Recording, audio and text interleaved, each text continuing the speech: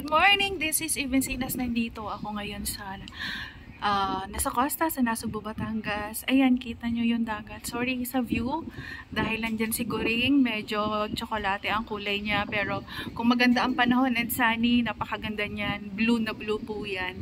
And then, ayan, ang view nyo, mountains, greens, trees. So, feature ko ang view dito sa itong corner ng ground floor na condo. So, yan. 2-bedroom condo. So, eto po. So, this is the receiving room. So, pagpasok mo pa lang, ang view mo na kaagad, ayan, ang bonggang-bonggang dagat. There. Diba? Wow. So, kahit magkape-kape ka lang dyan, whatever, kung anong ginagawa mo, napaka-relaxing. May dagat, may bundok. Ayan. Then, pasok tayo sa first bedroom. Oh, so pagpasok mo ng pinto, ayan na kaagad si mountain view mo. 'Di ba? Wow! San ka pa? Na kahit na sa ground floor ka lang, super bongga naman ang view mo. Ayan. Ayun po. Yun. Yan. 'Di ba? So, kahit saan ka tumingin. And then, eto, si mountain tuloy. Si ocean view mo. And then, eto po, dito sa ilalim ng ground floor, dyan, magkakaroon ng, dito meron dyan garahe. So, etong, pansinin nyo tong, baka mapansin nyo, sabihin nyo, ang taas naman nung lupa. No, papababaan pa po yan kasi meron nga po dyan garahe sa ilalim. And then, that area ay pool area. So, ang ganda ng magiging view nyo. So, lahat ng amenities halos nandito sa may sa inyo banda.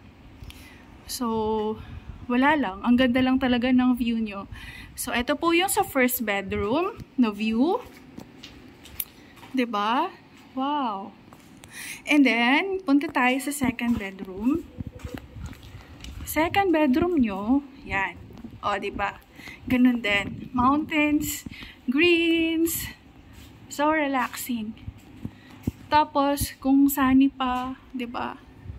Wow, ang ganda ng view mo. So, yan.